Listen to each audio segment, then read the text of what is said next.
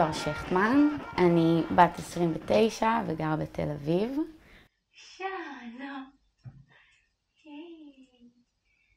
פעם ראשונה שיצאתי לרחוב עם חולצת בונות אלטרנטיבה הייתה ליל גלנט. יש לי איזו תמונה כזאת עם החולצה של בונות ואש מאחוריי ודגל ענף כזה מתנפנף של דגל ישראל.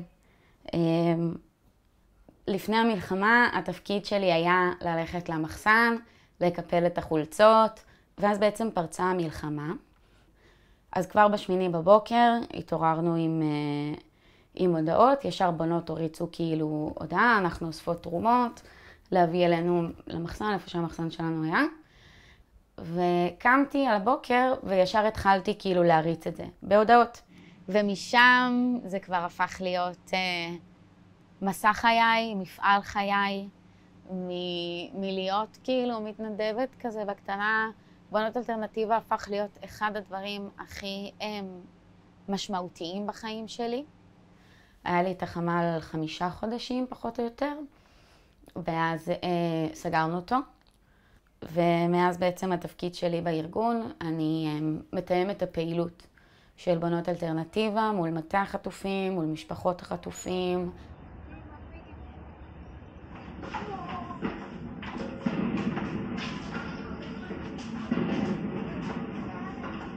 אני הולכת מאוד עם לירי בלב, בין היתר גם בגלל הקשר לאמא שלה. אני מאוד קרובה אליה, אני מאוד אוהבת אותה. הן הולכות איתי הילדות האלה.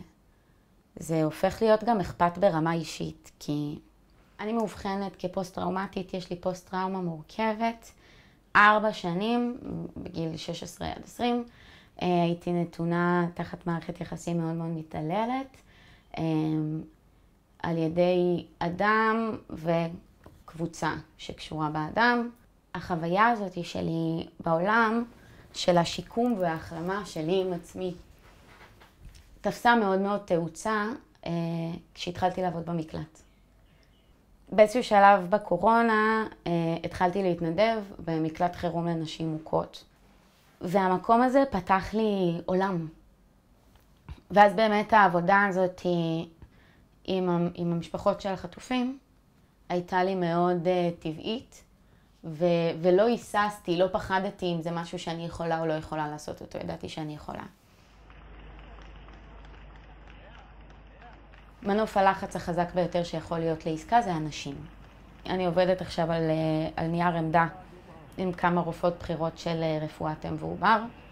אני רוצה להוכיח את הטענה שלי שהן לא ישרדו לידה בשבי. הגוף חלש מדי, הסביבה מזוהמת מדי, הן ככל הנראה ימותו. ואז הדבר הטבעי והראשוני ביותר שהלכתי אליו היה המשפחות של הנשים, ובדגש המשפחות של החיילות.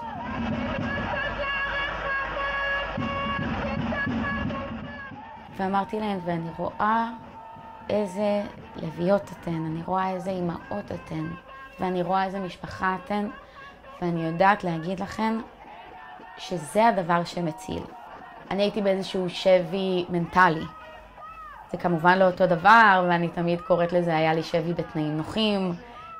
מתוך זה שאני קרובה ללדעת מה זה להיות ככה, זה מחזק אותן באיזשהו מקום. וגם מחזק את הזיקה שלהן אליי. 232 ימים שראש הממשלה בגיבוי הקבינט מטרפדים. המטרה של זה היא כותרת. כדי שגם אם הסיפור הוא היום הם עשו בלגן, שעדיין ידעו היום הם היו. אבל אין מספיק אנשים, והמשפחות כבר פיזית אין להם קול. הם גמורים, נמאס להם לצעוק, נמאס להם לרוץ. זה לא מספר, ומשפחות החטופים זה לא איזה שם. זה באמת משפחות, זה לראות את האבא הזה, זה לחבק את האימא הזאת, שאת באמת יודעת שזה הדבר הכי נורא שיכול להיות.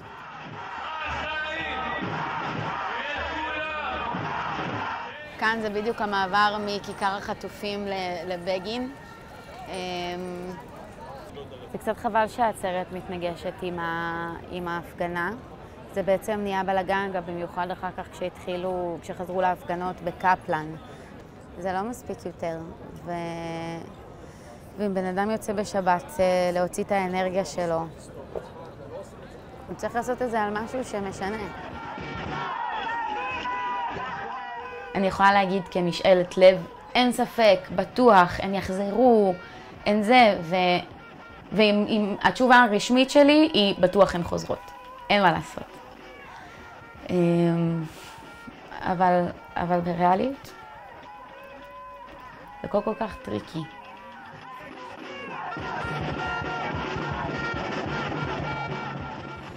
עד שתחזור, לא הרבה לא נוח, ועד שתשובי